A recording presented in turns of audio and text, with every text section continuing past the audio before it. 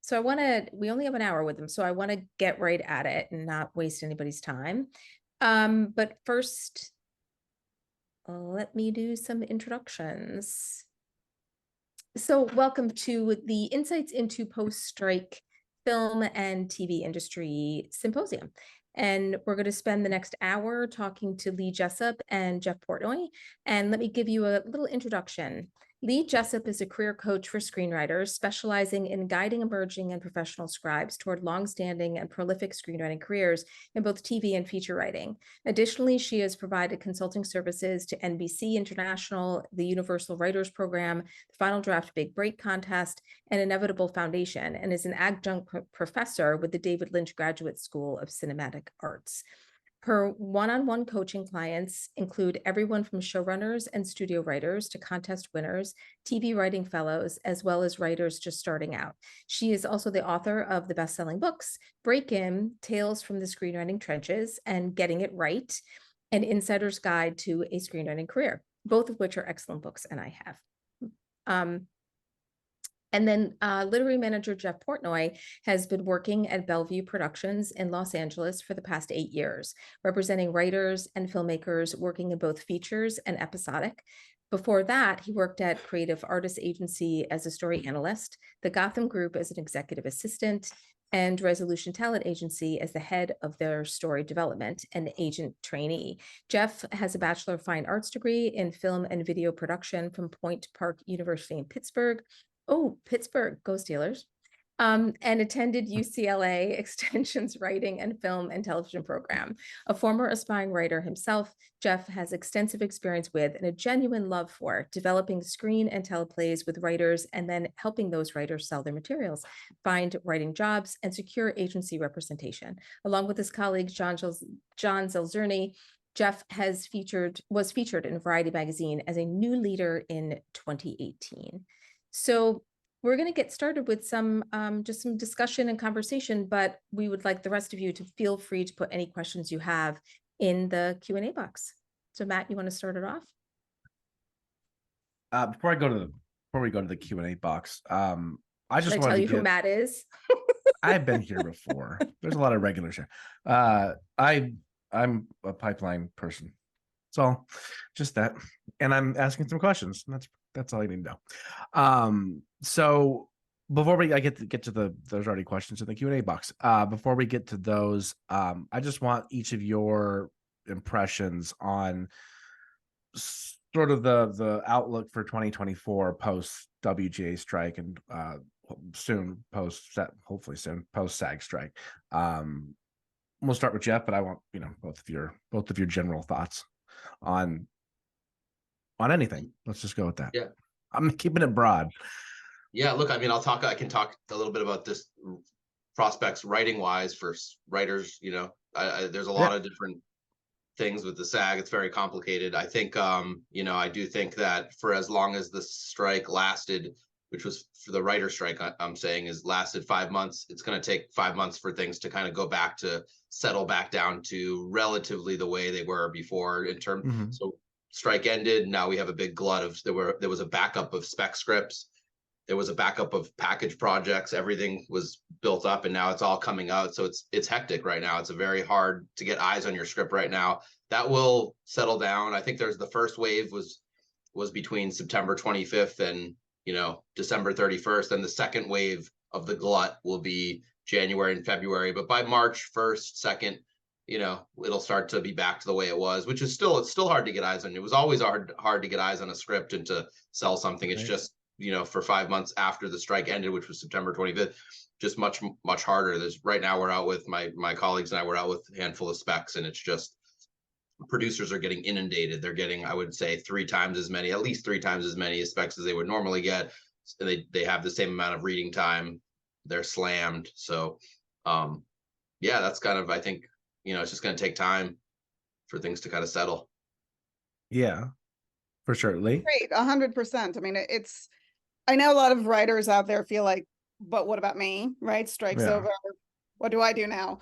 But it's really important to remember that even in a non-strike year, November 15th would have been kind of the cutoff for sending stuff into the industry. If you don't have, industry friends that are sitting and waiting for your script, there is right now a glut of scripts going out. There is still a little bit of a limbo because we have all of these previously packaged projects that have not been able to go out yet because you can't deal on actors while the SAG strike is still happening. So my take on it, my view on it is that ultimately, whether it's agents and managers or producers or executives, everybody's looking for the shortest path right now to a green light, to a go project.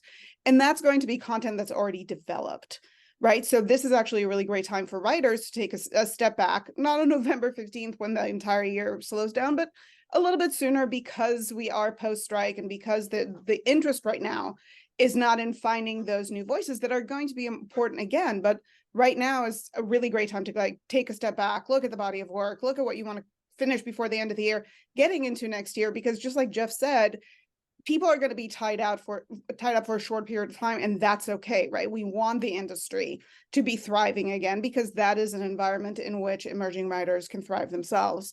But it is something that is going to take attention away from new voices, new writers for a short period of time. We don't have the exact date, but I, like Jeff, I absolutely foresee it going into January, maybe February, in next year, and then there will be some kind of openness to new writers. Sure. Yeah, even on our end, like circulating our finalists from this season, always very appreciative to Bellevue for reading very, very quickly.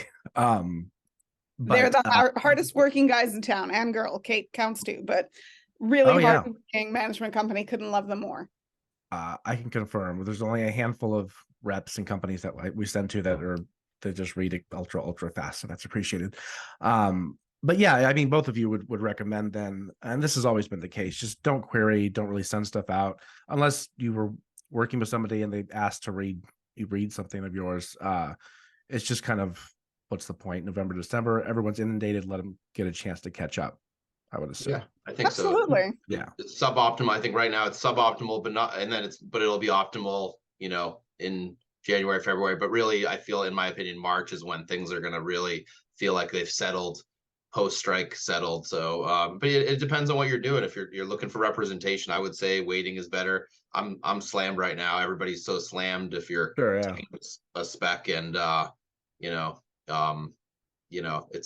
not packaged. Yeah, it's hard right now. So. And I think it's important for writers to remember, right? The writers who are looking for representation, who are looking for interest in their work, to remember that representation hasn't been getting paid for 5 months, right? If we want reps to stay afloat, the first thing they need to do is get their existing clients' work out there to get back on more steady ground that everybody was off of for this 5-month period. So I think it's just incredibly important to remember that. I talk to people all the time who are like, yeah, but I really want to make a push before the end of the year because I feel that I want to, and I get it. And I think that everybody has to ask themselves, like, what is the objective of the push? If the objective of push for representation is to say that you did it, by all means, go nuts. I personally think that resources, including time and energy, are limited for everybody, and every effort that you make, you want to maximize its potential. So with that in mind, like Jeff said, like, read the room, read the industry.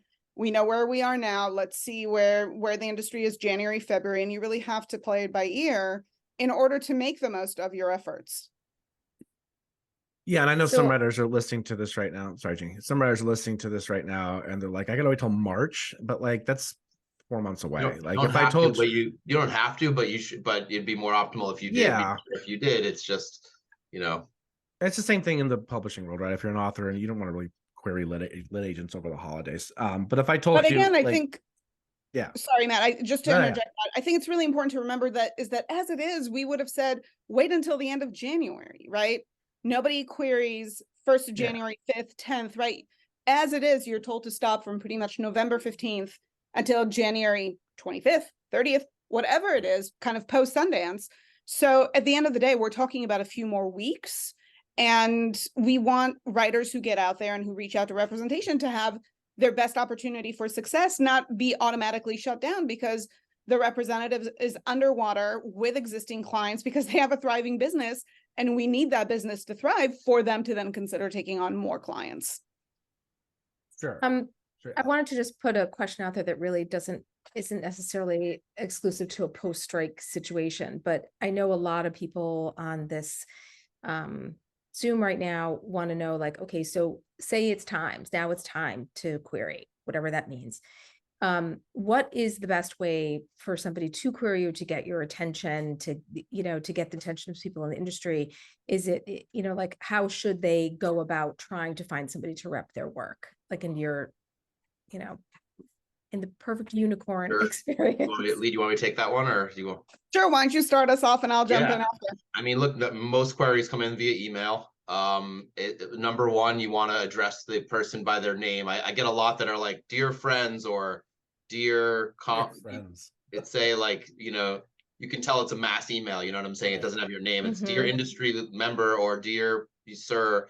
And if it looks like it's a mass email that's generated for 1 million people, probably going to get immediately put in the trash box or whatever, or the trash bin. So you want to, dear Jeff, like, take the time to address it and do an individualized email campaign if you're gonna, and then there's also ones where they CC everybody, so you get like, you're in like there's like 100 managers CC'd, and it's just like a mess. That's not going to get anyone anything. So you want to you want to personalize it. That's number one. Personalize it, make it look personal, keep it short. I would say always just list one log line. I get a lot of emails where it's like, these are my projects, and it's 3, 5, 10, 15. It's this huge list of all of the log lines and the titles of all their projects. And it's just too much for me to even, consider. 15 is too much. I can confirm, just as a non-manager. It's their whole body of work, and it's like, I don't have time to do this. Just say, like, I have a spec that I've written that I'm really excited about. This is the log line. So keeping it short and sweet, personalizing it, limiting the amount of material you're trying to get them to read, because we're all really busy. So for me to consider we have to read 3, put a piece of bait out in the water, let me get your hook in my mouth, and then maybe you can add that second one when you pull up. It's a bad analogy, let's put it that way, but you know what I'm saying? Get me hooked on one thing, and then when we're Zooming for the first time, then say, well, I have a second thing. And then I'll go, well, send me the second thing. And then you're getting the hook in deeper, and then maybe a third thing. But just to hit me with all 3, I'm going to be like, I don't even have time to read one thing over the weekend. So we're so busy. I would say use one as a piece of bait. And then if you get a Zoom or a meeting, because I know we do a lot of Zooms, but sometimes we also meet in person, that's when can I tell you about my second thing? When the hook's in a little bit, bring up the second piece.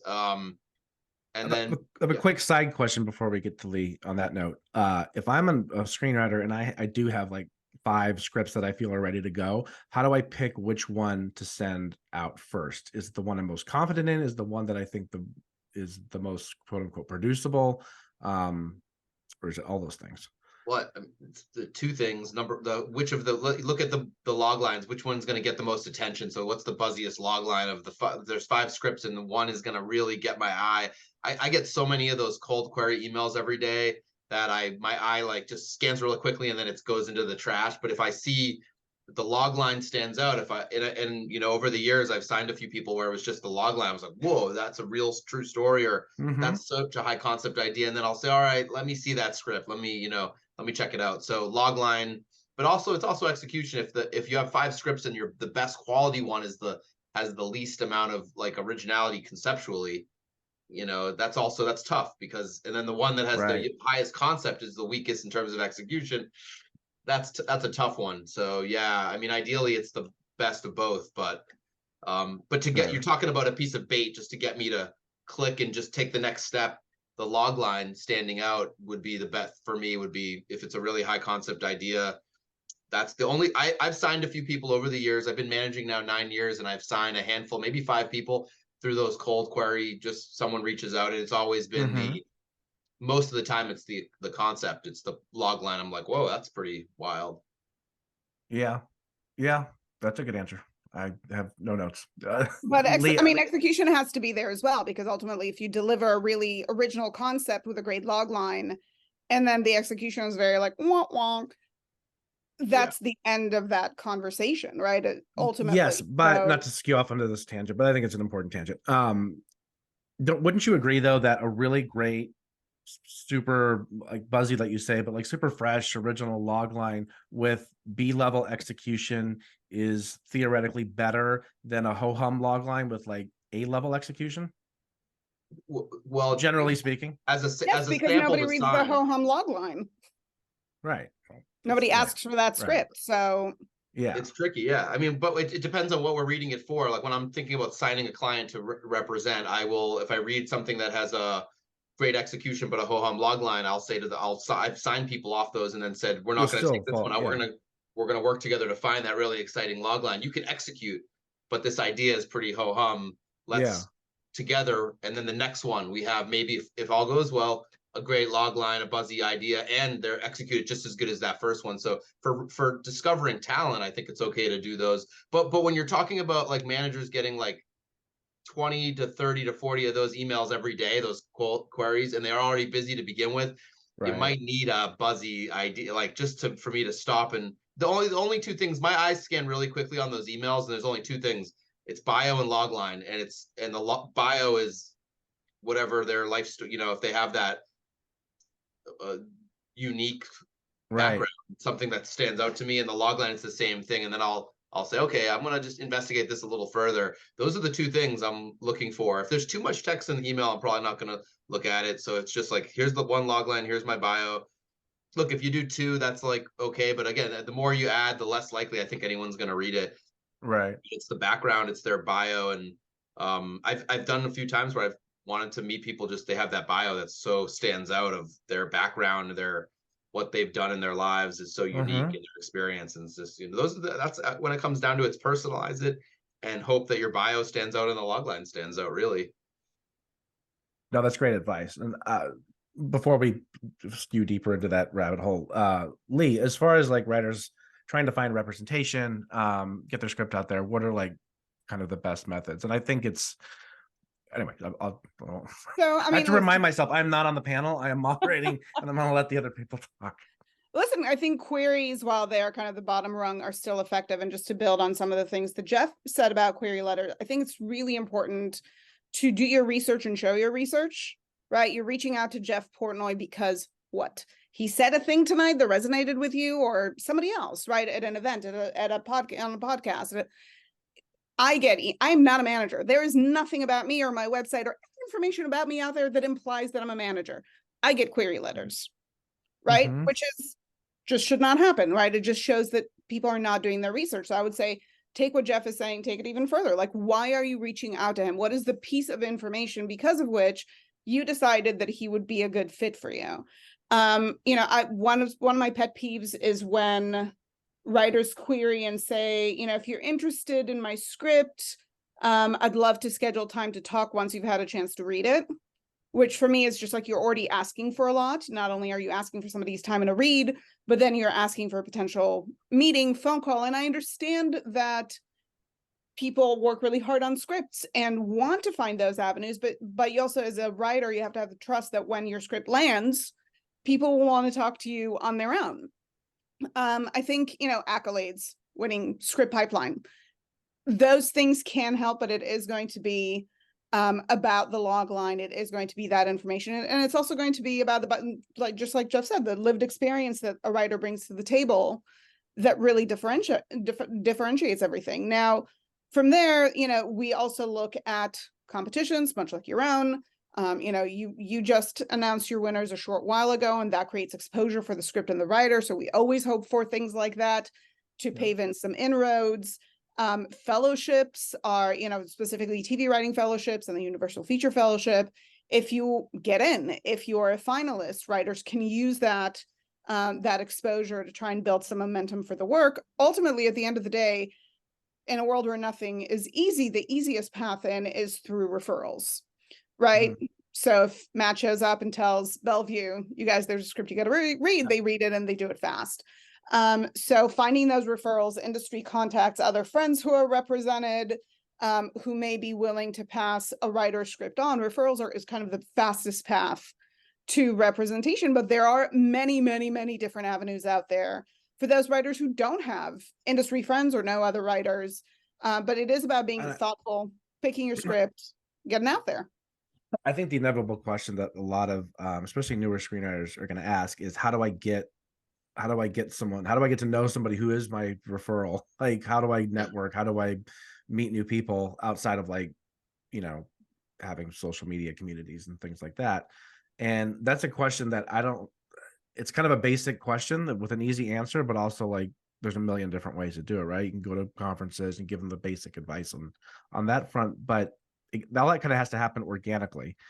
Yeah, but listen, networking has a bad name to it, right? Everybody hears networking and everybody's skin crawl, and certainly it's gotten a bad rep, but I'm a big believer in writers going out there and making friends, right? Yeah. Networking at the end of the day is relationship building. So there's some basic rules to it. Don't relationship build with people you don't like. It'll never be earnest, genuine, authentic. Let it go. They're not going to do for you. You're not going to do for them. You don't like each other. It is not a conversation starter. Always build relationships in the spirit of curiosity and generosity. Who are you? Tell me about yourself. What is your story? What have you done? How can I help? Conferences are great. Events are great. Like any opportunity that you can find. Some people are not in LA and feel like I can't go to whatever Thursday night West Side Writer events exists or whatever. So you make a choice to say, okay, I'm going to go to AFF every year. I'm going to invest in that, or I'm going to go to WG Fest whenever it's back on its feet, which is the Writers Guild Fest, or anything like that. But you really have to kind of pick and choose. I think classes, specifically with some of the kind of more industry established writing programs, are great ways to meet other writers, to make friends, to sometimes meet writers who are ahead of you in the game. But it is an effort that has to be ongoing, because I think all too often writers are like, nope, it's just the writing. It's all the writing all the time. Sit down, write a script, work really hard, whether they pay for some notes with you guys, or whether they work with a consultant or whatever their drill is, all of which is fine, but then look up and go like, okay, script is done. I don't know what to do. And then kind of cobble together an effort that's not really thoughtful, because they don't have a network. They don't have kind of pre-existing relationships with 3 other writers, right? Who are maybe a step or two ahead to go back to and say, okay, I finished it. What do I do now? So it really is about thinking about this kind of self-marketing efforts, 12 months a year, not in the 2 after you finish your script, after which you decide that it all sucks and you don't want to do it. I do want to mention one thing, because I see well-meaning writers make this mistake all the time, where they come across as like needy. Like it's very clear. I mean, you can spot, we all have really good radar for this now. Like you can spot when someone is talking to you because they need you for something, rather than actually genuinely wanting to learn more about you or read your scripts, or, become an acquaintance in the screenwriting community. The ones that are a little bit more passive, but still like ingrained in the community, those are the ones that really come across as genuine. Maybe some of them aren't, I don't know, but at least they're coming, at least they're putting forth an effort. And right? I think you can spell desperation from far away. Sure, yeah. And I understand that it's really tough to be doing this for a while and not be like, what is happening? And I'm getting good feedback on the work. Why is nothing happening? Who's going to help me out? But it's just about learning how to conduct yourself in a manner that you, the writer, are comfortable with, that isn't off-putting. And I say all this and I kind of cringe, because I feel like I understand why people don't want to wait, right? And want to get out there. Yeah. But Jeannie knows this about me. I have a rule and I've broken this rule with Jeannie once. I don't ask for favors. I make a point of never asking for favors. I asked Jeannie once and she totally came through. But the reason is I build my friendships and my relationships with people so that when they need me, I'm there for them. And when I need them, they're there for me. And I don't have to ask for it. And with Jeannie, it was like barely an ask. She was like, I know exactly it's all good. I got it. But I think it's really important to build relationships from that standpoint, where people are genuinely invested in you and in your success. And it is, at the end of the day, the emerging writer, working writer community, and those emerging writers that go on to become working writers, it's not a 5-person community, but it's not a huge, 50,000 person community. So I think it's really important to build relationships where people become invested in you and become fans of yours, and, want to see you rise along with them. Yeah, right. There's, send the elevator down, however you want to define it. You want to have those people that get invested in you. Yeah. When I was running Script Magazine, I had written a couple articles about finding screenwriting mentors and organically making those connections and making people your fan, like actually, wanting to be your friend, and realizing that you weren't, there was no desperation smelling at all. And I will put links to those couple articles I wrote about working with people and trying to attract mentors and people who will champion for you. I'll put those in the recording email. I've been kind of filtering the Q&As organically, speaking of organically, into to what I was asking. Yes. Someone did say though, and I'm curious what Jeff's thoughts are on this. I've sent out queries before and gotten the classic "we do not accept unsolicited submissions" response, which often makes me feel like I'm just annoying people I'm emailing. What happens? Like, not all managers are open to queries, and I feel like in the film and TV world, it's a lot more nebulous on who's open to queries and who's not open to queries because they don't really advertise it like they do in the lit agent world, for example. So, I mean, it's one of those things. That statement, "we don't accept unsolicited." In my opinion, an unsolicited submission is when you attach a PDF or you mail a hard copy of something to someone when they haven't asked for it. Sending an email, which is called a cold query. You can do that. That's no one. It does or doesn't accept those. You can put those out. If someone doesn't respond to it, or they give you that canned response, it means they're just not taking new clients. But I get emails every day, and most of them I can't respond. I just don't have time in the day to respond to them. If I do respond to them, I'm saying, "That sounds interesting. Send me the script," and then I've solicited the script. You know what I'm saying? So I think when people say we don't accept unsolicited, they're saying we aren't looking for new clients. Just think of it as they're basically saying that, because that's what they're saying. You're not sending an unsolicited unless you've attached the script, which, by the way, some writers do that. It's a no, don't ever attach the script, because that is unsolicited. And then if they say that, they are correct.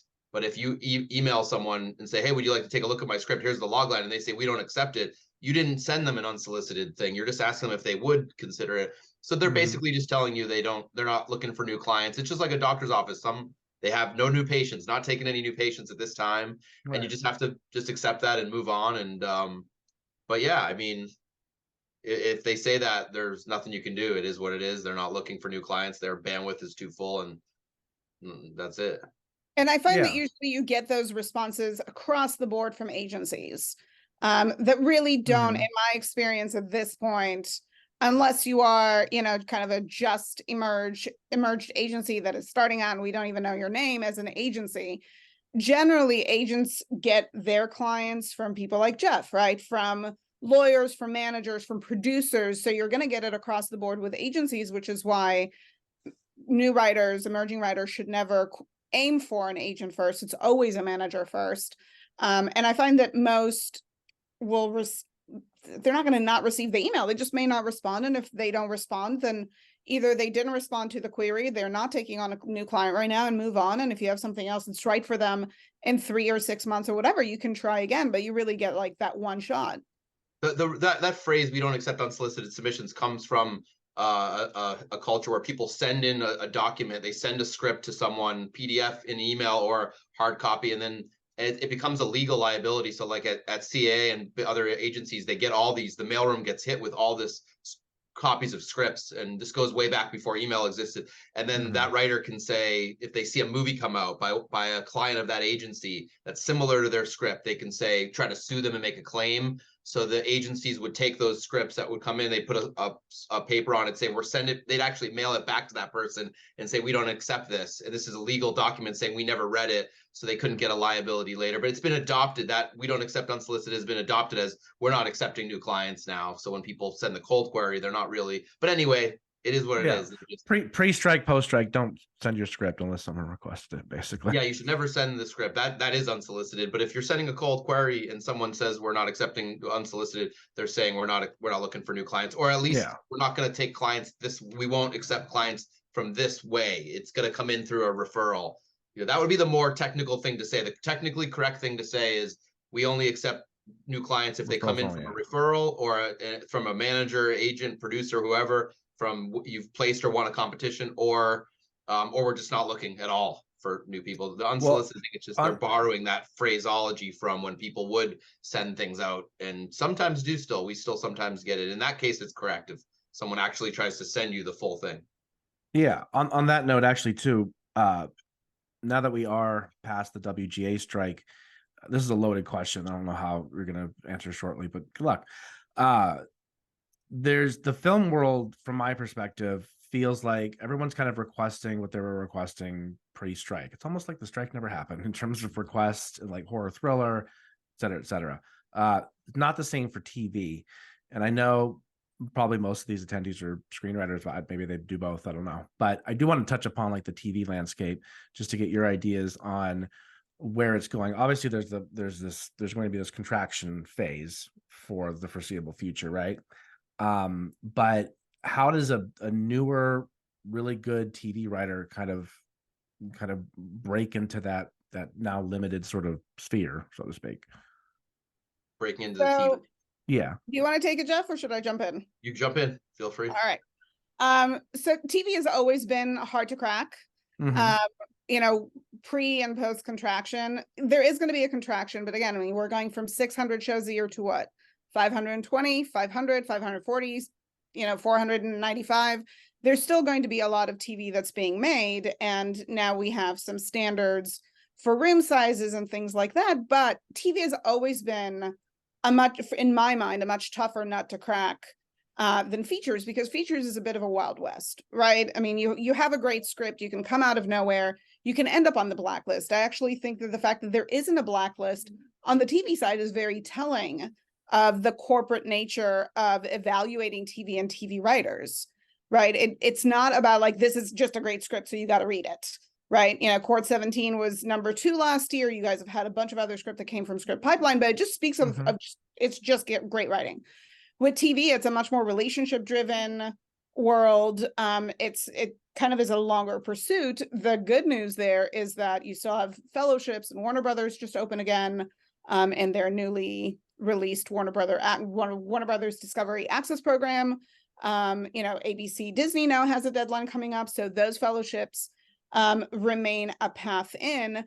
But because every production company that has an overall deal is potentially, if you look at it from the flip side, exposure for their home studio, there tends to be a lot more caution in reading unknown writers that are not coming in from reps or people that know the writer. There just seems to be more caution in that world because there's just such a clear connection to whatever the mothership is.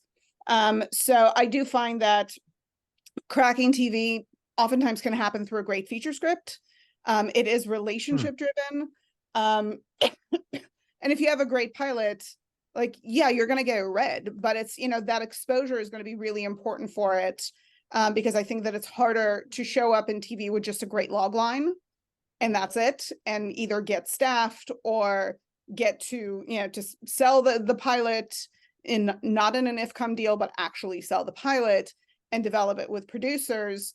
TV tends to develop from within. So I do think it's more challenging, but very much possible. I mean, I think Jeff and I are both kind of seeing a reality in which the majority of my clients who are, I'm not representing, I'm a career coach, and Jeff's clients who is a manager, there is a lot of work in TV, and we see a lot of people breaking in and staying in that space, but the break-in is less vague than it is in the feature space. In the feature space, you can be broken in for years and be on all the lists and take huge meetings and not have made a sale.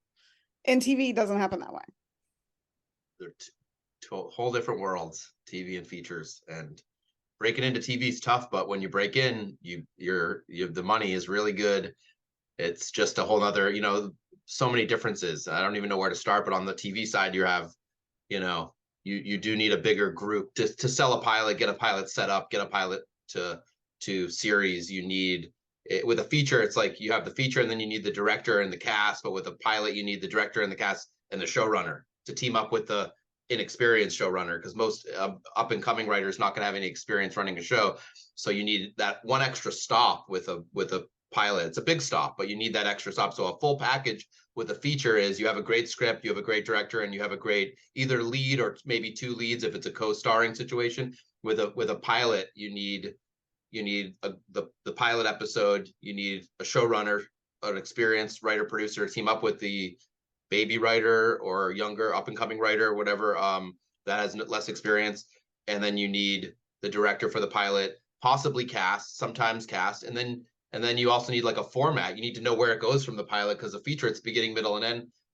pilot, you need to tell the network, this is where it goes, and this is why it can sustain for 2 or 3 seasons.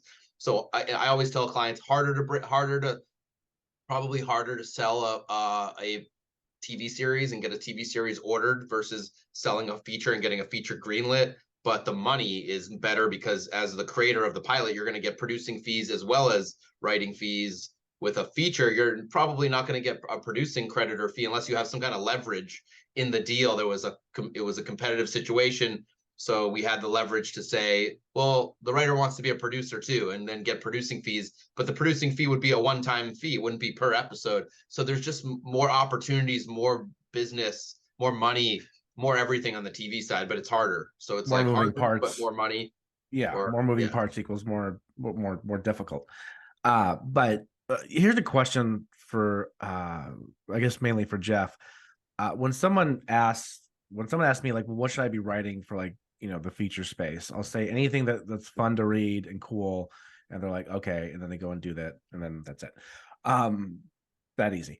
But for TV, when someone asks me that now, heading into this sort of like newer landscape, right? Not to draw too fine a point on it, but like TV's going to change now for a while.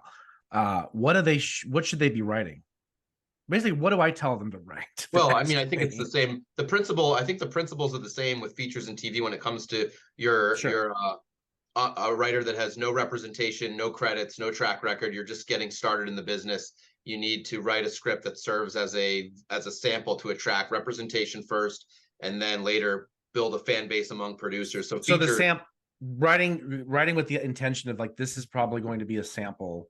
Why not for the first one? Yeah, absolutely. Because then it's like you write something like we talk about feature voice samples, and also we talk about stunt specs, scripts that are like, the intention isn't so much to sell it as much to attract representation and get representation, and also get general meetings and build a fan base. It's the same thing. So like write a pilot where the log line is buzzy, loud, crazy, zany, stands out from a pack of 100 log lines. And then maybe it's going to raise the likelihood you'll attract representation, get our manager and or agent, and then so on. And so then we'll take it out, and knowing that it's going to be hard to sell it, but it's a great staffing sample, might get you a job. So I think that principle. But theoretically, there's still a chance that a newer writer, if they wrote something that like only they could write, it's a concept that's personal, that's high concept, there's still a chance that they can actually package that and sell that show. Yeah, everything is possible in this industry is the beauty of it. I know the answers to some of these questions. I'm saying it because the people here need to be reminded sometimes. I always tell writers it's not as bleak as they think. Yeah. I wish I could have had an illustration I could share, but I call it the originality spectrum. On one side, you have familiar, seen it a million times, low originality, low concept, and on the other side you have highly original, highly unique, the more unique something is. And I think this pertains to film and TV, probably a little more to film, but the harder it gets to get it made, to get it financed, the more unique it is, but the more it serves that gets mileage you get as a sample. So if you go if you go on the other side where it's familiar and down the middle, the more likely that could get made, but people like producers who don't have production financing, they're going to be like, I see that sample all the time. So it's tricky. Like you had to, I always that's tell a great way to starting out, go original when you're starting out and tack back towards non-original. The more success you have, the more you can tack back. So your first script should be really high concept and unique and strange. And if that and producers will love it, but if they bring it onto the desk of a financier, the financier say, I do circle that go into a circular hole or square that go into a square hole. This is some kind of weird shape that I've never seen before. And I talked to the accountants and the business people. We're not going to do this, but we understand you, great writer, great. Thanks for putting them on our radar. Producer goes back to the writer and the rep says they won't want to do it. If the writer had written something that was a nice square hole down the middle, the producer wouldn't have loved it enough to take it to the financier to say, hey, let's do this. So it's a catch-22. So I say when you're starting out, go original to get fans, to get representation and fans and build a fan base. Then the second one, you come back a little bit towards the middle, and then maybe that one gets set up, but maybe it never gets made. And then you come towards the middle again, and then maybe that one gets made. And then if you're successful, you can down the road, if you want to, you can try to stay original, but if you want to, you can just start throwing them down the middle, softballs down the middle, and because of your credits, they'll get made. Everything will get made. You know what I'm saying? If you're a big name right now, you can walk into any room and just say, it's a show about a family living in LA. And guess what? If you're big, if it's Chuck Lorre or whoever it is, we think that's genius. But if my client goes in the room with no credits and says it's a family living in LA, they laugh you out of the room. He has to go in, he or she or they have to go in the room and be like, so it's like the Truman Show, except meets you know, this Jurassic Park where you think you're in this, but actually they're all dead at the end, and they're like, whoa, I've never heard that before. You know, so you know, when you're starting out, it's better to think original and unique, and make fans of producers and agents and managers, and try to build fans. And then there's a Goldilocks zone, in other words, with concepts. I know this because most of our winners over the last 10 years have kind of fallen in that. And I think just our sensibilities, but also like really what we're looking for as a competition platform. I want the thing that's off the wall kind of, but also is like, it's hitting on familiar themes. It's a little bit more universal, generally speaking. I mean, we've had winners that are like a lot more straight down the middle genre stuff. We've had Cauliflower, right? For those of you who read Cauliflower, that was #1 on the blacklist a couple of years ago.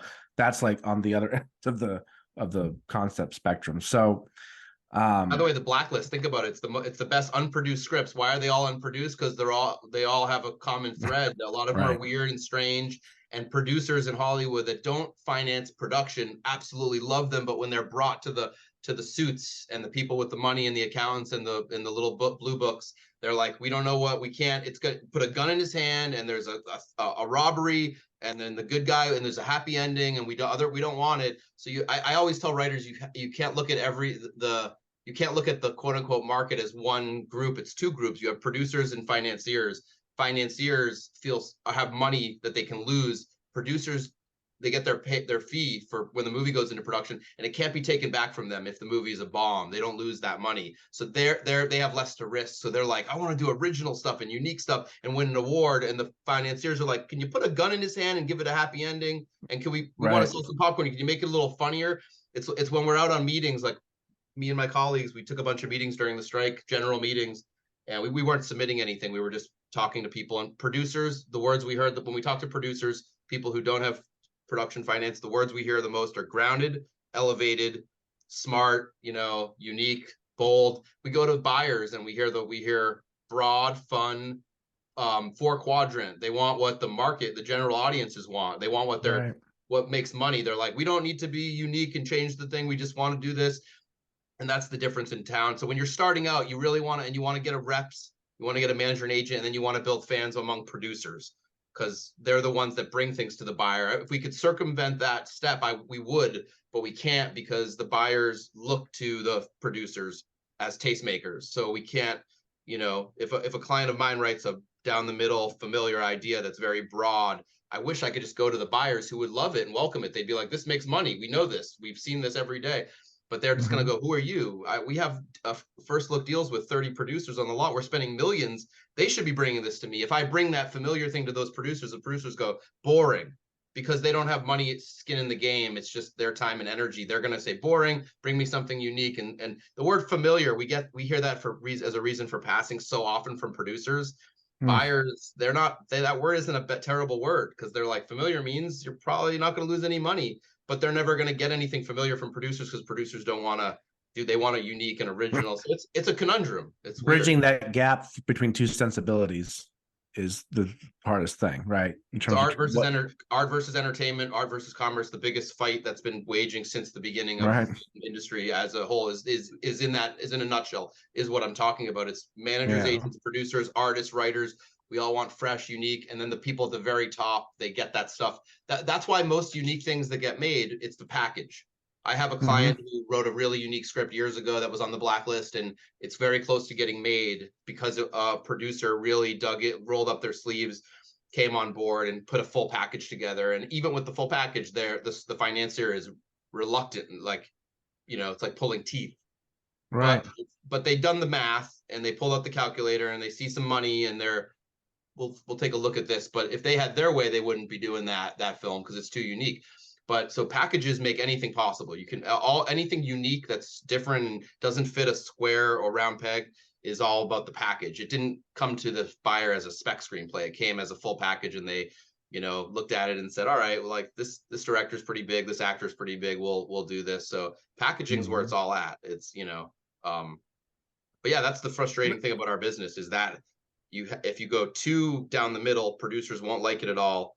And if you go too original, producers will love it, and buyers will say, what the hell are you guys thinking? Like, this is like, you think of like Beau is Afraid. I love Beau is Afraid's great. Ari Aster's he's great. That's a weird movie, that Beau is Afraid. Imagine that as a spec if one of my clients had written it and we were just out with it, and like I don't know what it is. Is it a comedy? Is it a horror movie? It's so unique and different. Or Thank You for Smoking, or Everything Everywhere All, well, maybe that. Everything Everywhere All at Once, great. Yeah, absolutely great. That's one that's so unique, and it's, you know, it would have killed it in the spec probably. I was going to ask. I just want to pay attention to time, because we're I'm sorry. We could talk. No, it's fine.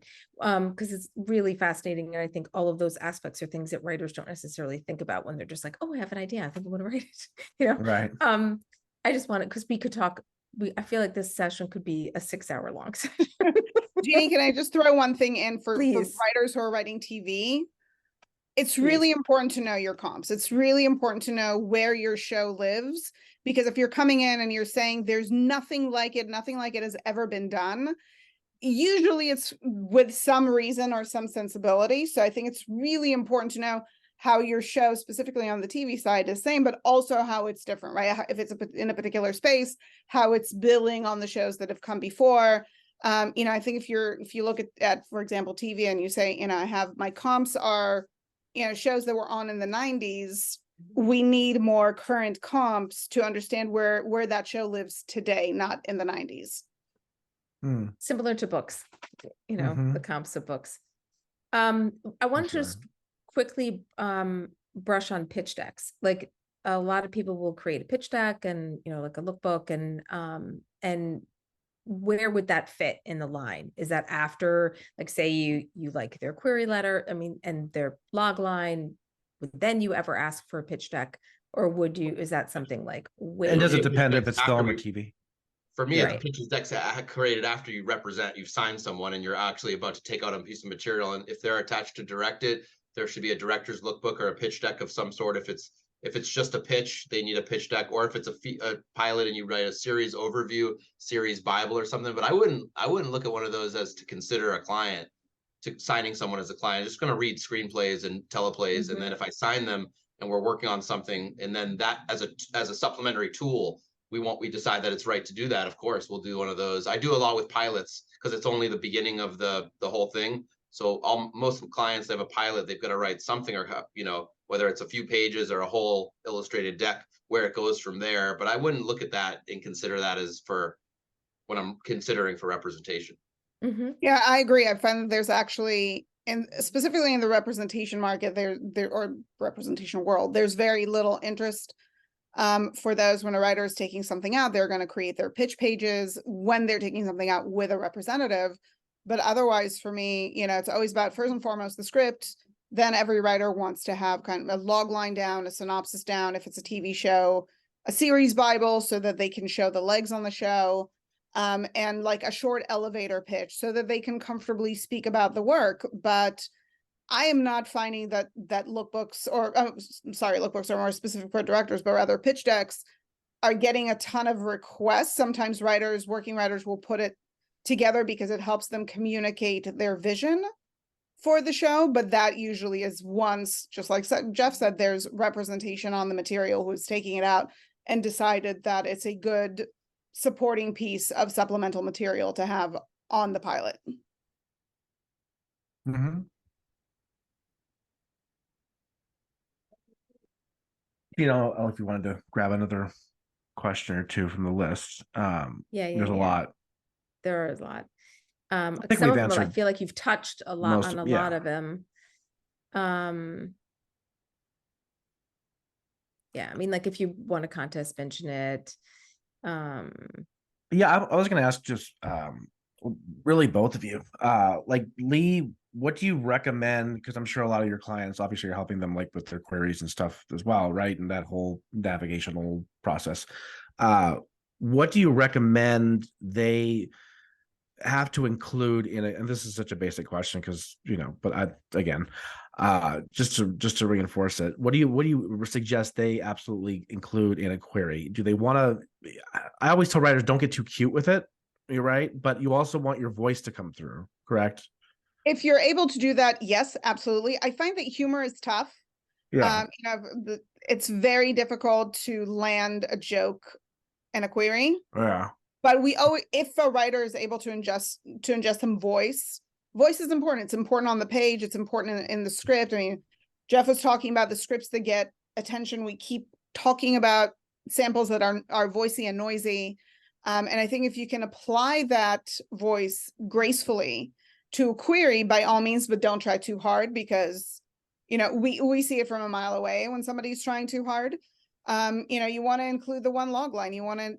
Don't give somebody 15, just like we talked about earlier. Don't not include a log line. And I've seen certainly writers do the well, I have a number of scripts to my name, but would love to have a coffee with you and discuss, or let's hop on Zoom sometime. Right. Which I understand everybody's asking for a read, and writers are like, I'd love to talk to you, Jeff Portnoy, and see what you're into and then know what to send to you. But you rarely are going to get responses on that, especially without a referral. A referral may, if the referral is close enough, and somebody who's like Jeff, friends with Jeff's second cousin, may reach out to Jeff and say, hey, can you do like a 20-minute Zoom coffee? Maybe, I don't know. And nobody reach out to Jeff's second cousin now. This is not what I was trying to start. But I think it's really important to have kind of the log line. But I think it's also important to be clear about what you write, right? Because if you send somebody a comedy and then you come back and you have a thriller and then you have a small family drama, who are you as a writer? We want to understand your brand, and we want your body of work to speak to that brand without us having to ask about it. What do you write? What do you write can be broader or narrower, or what inspires you, and it can tie into your personal bio. But we want to understand your general space, because Jeff was talking about building fan bases for his writers, right? And the producer sector and the executive sector, guess what? Those producers and those executives are making a certain type of show. They're making a certain type of movie. Nobody, unless you're a studio with multiple divisions within the existing studio, nobody makes every type of film, every type of TV show. So in order for somebody like Jeff to be efficient for his clients, and to, he's working really hard and he wants to get the most out of everybody that he signs and give them the best opportunity, understanding the brand of what the writer writes is really important. If you can begin to communicate that in a query, with a, not overbearing, but recognizable voice, I think that goes a long way. Let me ask you this, I guess, Jeff, when we, and this will apply, I think all these writers will have the same question. I have the same question still. When you talk about applying your personal, writing style, your own brand, that doesn't have to be limited to a genre. And I want to stress that a writer can kind of have that same voice across multiple genres. But how many clients do you have that can write horror just as good as they can write comedy, or write thriller just as well as they can write, sci-fi or something? It's limited, I would assume, right? Well, I mean, look, my advice to writers, I think you gotta put two categories. First of all, there's TV and there's film, and then within each category, there's writer for hire and creator. On the TV side, you have the writer for hire and creator. I mean, you kind of effectively have that on the feature side, but I think it's important as a creator for television, or as a feature writer, someone who produces scripts with the intention of not using them as samples to get jobs, but to get them made. You want to have a brand when you're starting out. You want to have a brand. Hollywood wants to pigeonhole everybody, and you want to let it pigeonhole you until you have the capital and the leverage to then expand, and then even more capital to make a full pivot later. So I've had clients that when I discovered them, they had a script in every different genre. They wrote a script they had a horror, a comedy, a drama, you name it, they had it. And I took them all out different times. But when we got traction on one of them, let's say it was a horror script, I would say, okay, we finally got some traction. You're building a fan base. You have these fans. You got 25 writers, 25 producers that loved your script, took a general with you. We got to follow it up. They're waiting for the next one. They're not waiting for the next comedy, because you wrote this is a horror script. These are horror producers. So then they followed up with a horror script. That one gets optioned, maybe gets on a list, maybe it gets produced, whatever. And then they do a third and a fourth, and we're building. So that's what we're building, a brand. And Now they're known as the horror writer or the horror writing team. Everyone has a horror. They come to me, oh, we want those guys or we want that writer. They're going to get, not as artists, they're going to get over time bored of being pigeonholed. They're going to want to expand, but we don't make a full pivot into like comedy.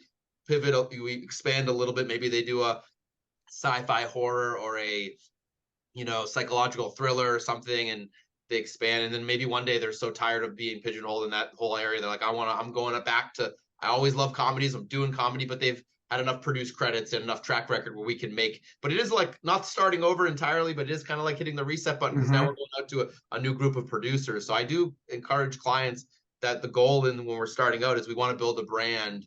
On TV, when you're a writer for hire and you're trying to get staff, you can have samples in different genres, and then your rep can use them for different shows. If there's a American Horror Story, we pull out the horror thing. We're trying to get you a job. You're not really you're a writer for hire.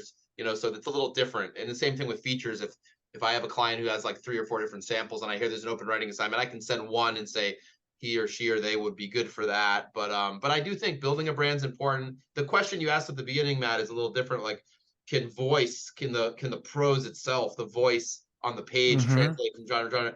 Absolutely. I mean, I have a lot of clients that make the reading experience entertaining. So if it's a comedy, I was just reading a spec today from one of my clients who he always breaks the fourth wall and is cracking, saying like funny things.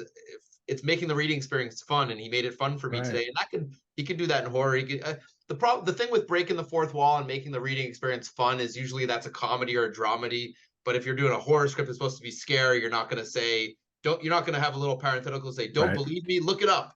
So when you're talking about something in a story. I do think that making the reading experience fun is a big deal, because everyone in the business has to read, and we have to read so much that if you make it fun, but it is harder to do that in horror. It's harder to have like a unique voice on the page with horror, because it's supposed to, or drama, because it's supposed to be serious. And when you're breaking the fourth wall and you're having fun on the page, that's usually a comedy or dramedy where you're doing that, and it's like a lot of voicey. But anyway, that's like a separate conversation. And that's a whole other Zoom. I agree, it's important, but like that's a fine line too, is because you don't want to get, it's like writing a query. You don't want to get too cute with it, but you also want it to be fun. Yeah, exactly. Yeah, but not fun. You know what I mean? One thing I want to touch. Yeah, one thing I want to touch on, speaking to about like what writers should be writing and branding themselves. If say you've signed somebody, and Lee, you're helping somebody as a career coach, and now they've got representation. Describe your perfect writer to work with. Like what do you want them to come to the table with? Like ideally, like how many scripts should they have written? How do you want them? What do you want them to know about what it would be like to work enjoyably with a manager? And I think Jeff is actually the best position to talk about, because he knows what works for him as a manager. But I think that, from the sidelines, from somebody who's supporting a writer on that journey and on that entry, is you can't be precious. But you have to know when to stand your ground. You have to be collaborative, because you are going to get notes from your rep. It doesn't mean that your rep says jump and you say how high. If you are if you don't agree with a note that you get from your rep, you want to have a conversation about it. And you have to remember that your reps are constantly also evaluating, like, am I comfortable putting this writer in a room with my friends who are executives?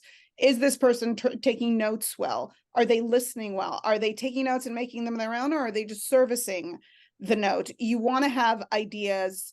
You want to be able to speak to your process, but also adjust to your manager's process. But it's definitely, when you get representation, that's the hard work only begins, because you don't want to be sitting on your hands. You want to be coming up with new concept. You want to be writing pages. You want to be working with full transparency with your reps, so they know what you're working on. If they don't want to develop it with you, at the very least, they have seen the log line or an outline and said, okay, this is good with me, go to it, as opposed to kind of just be surprised with like, hey, here's the script I wrote, why don't you get it out there? That they either don't like the concept or don't like the execution, or both. But it's also important to continue to work your own network and relationships, and to continue to hustle, because I find that those things are when a rep, in my experience, sees a writer hustling effectively and not just sitting on their hands and waiting for their rep to do something, the rep then tends to get inspired and want to kind of match that energy. and bring what they bring to the table as well. So I think it's just really important to continue to work smart, creatively, collaboratively, with great transparency, and also giving writer or managers patience. Like I talked to a client on Friday who is represented and turned something into his manager 2 weeks after the strike was over. And the manager, it's been 2 weeks and the manager hadn't read it. And the writer was getting frustrated, and I understand that, but I had to tell him, like, listen, we're post-strike, everything is crazy. I need you to give him a little bit of space here. So understanding what's reasonable within the construct of those relationships within the timeline that the industry is working in is also important. So yeah. Yeah, I mean, you got to look at the development process like a marathon. You got your reps giving you notes. Then if you get a producer attached, they're going to have notes. Then the financier, then the actor, director, showrunner. If you're doing a TV project and you need an upper level writer to come on board to get it made, it's like a huge marathon, and you just got to be good at, I think, like what Lee had said at the beginning of her answer, which was you have to communicate well on the development side, be able to take the notes and really push back when you disagree, and accept it when you see that the note makes sense and it's going to improve the project. Be able to be humble enough to take the note. And that's it's a personality thing. What we're looking for in the best, when you say what's the ideal client or client manager relationship, it's definitely a personality. You want someone who isn't going to just let you roll over them and they're just taking all your notes, addressing all your notes because they want you to be happy. You don't want someone that pushes up a wall just because they have to be the creator. They won't accept someone else's creative contribution or note, because then it's not 100% their DNA in the project. You just need to find someone that understands the process and knows that it's a giant marathon. When I wrap development on a script with a client, I'm taking it out to producers. I'm passing the baton to the producer's coming in, and that's just the beginning. It's still at the beginning of the race. And it's who's left standing at the end of that marathon takes a lot of stamina, psychological stamina to deal with that. I would definitely underscore, it's a cliche analogy, but I would definitely underscore the fact that there's so many moving parts and so many little steps that you have to take before you get to that end goal. And then even when you get to the end goal, there's like more steps you got to take just to stay in that stratosphere, right? Or continue moving forward. So, I mean, I've talked to a lot of frustrated writers this year, especially like during the strike and WGA and not WGA. But now it's like that sort of cynicism, I feel like, is kind of lingering still, but you still have to kind of keep writing and sending your scripts out, and don't be hesitant to say like, well, the market's too hard, so I'm not going to do it. So many writers, Lee's clients that have, Lee's had a lot of clients that have ended up winning or placing in pipeline competitions, but she knows a lot of good lucky. writers. Some really great people have Yes. chosen to work with me. It's really all that. Yeah. Some pretty great writers have chosen to submit to us too. But you've heard this story so often where it's like, well, I wasn't going to send out the script. I'm like, I'm gonna take one more chance, and that's the spec that sells for $2 million, for example, right? So you have to keep taking risks on yourself and investing in yourself. You can't really sit back on your haunches, especially not anymore, right?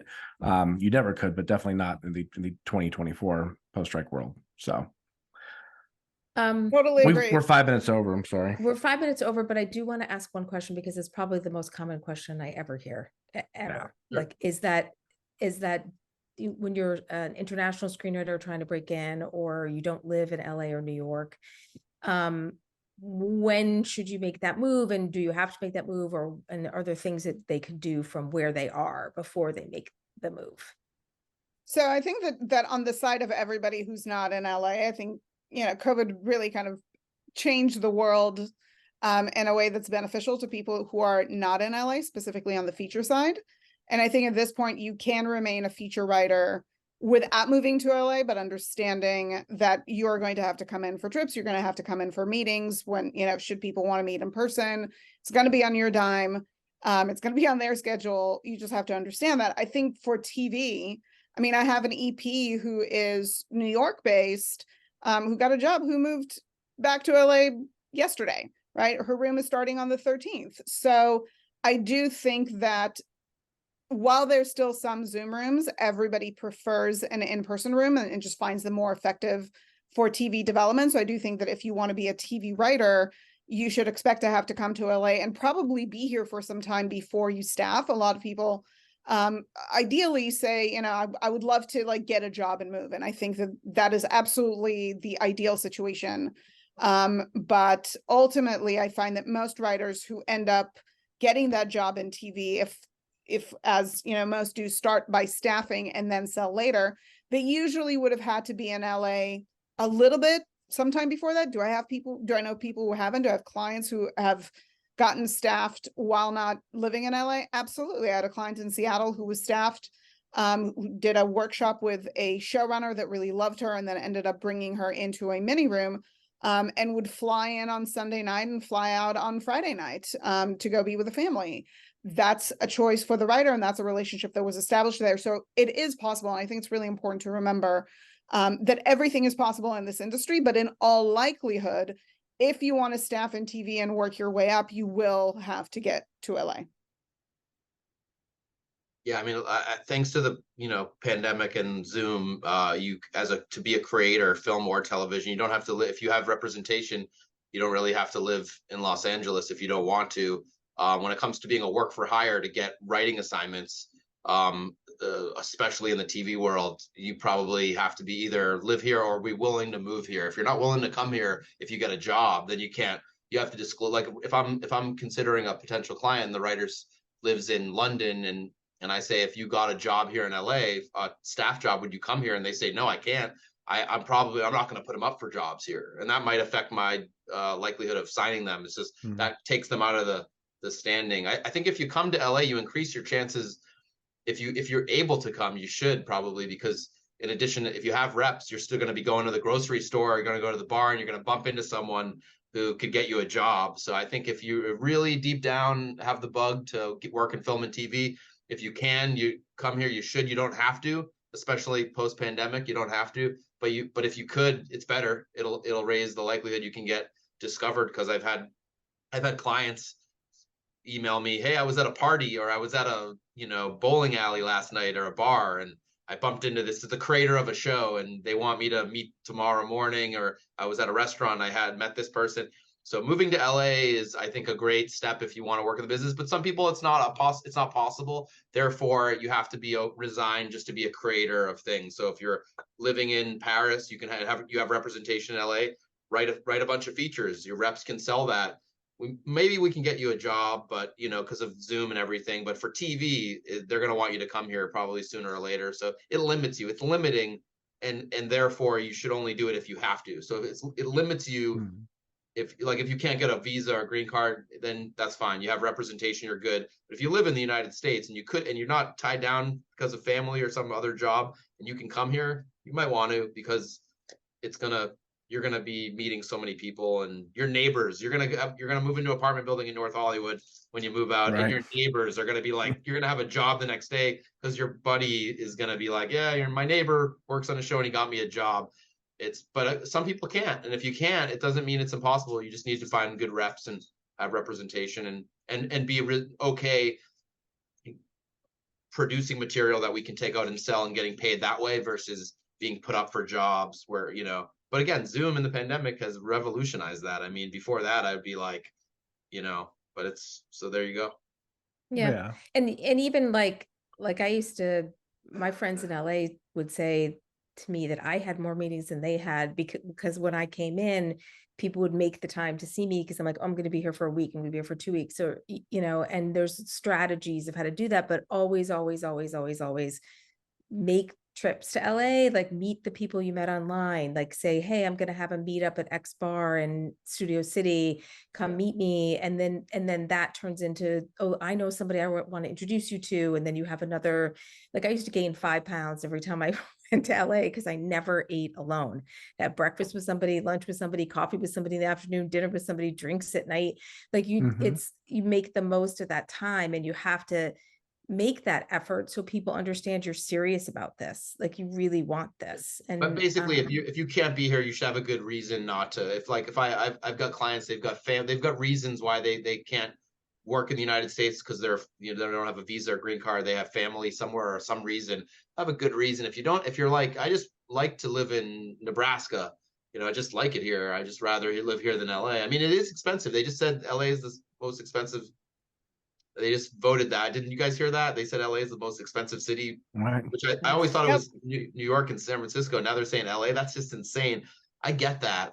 But it does, if you can, you should. But if you can't, it's not at the end of the road. We can figure it out.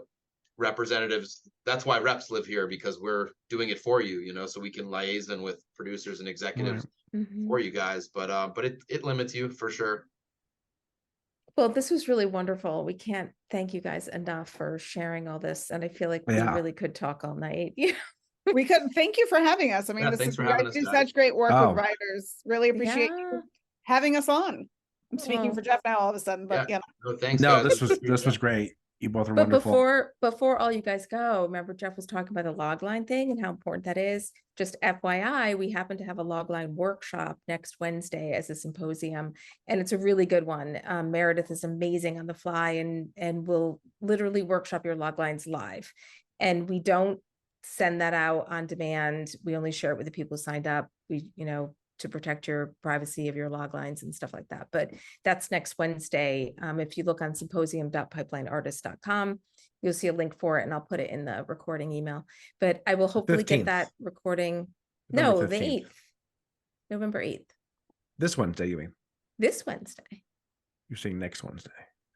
Is next Okay, well, Wednesday this whatever. coming Wednesday, or Yes, it is. It's common? the next Wednesday. No, but next implies the week after. I just wanted to clarify. See, this is what it's like when Matt and I work together. These are the little Just saying, that's what conversations next we means.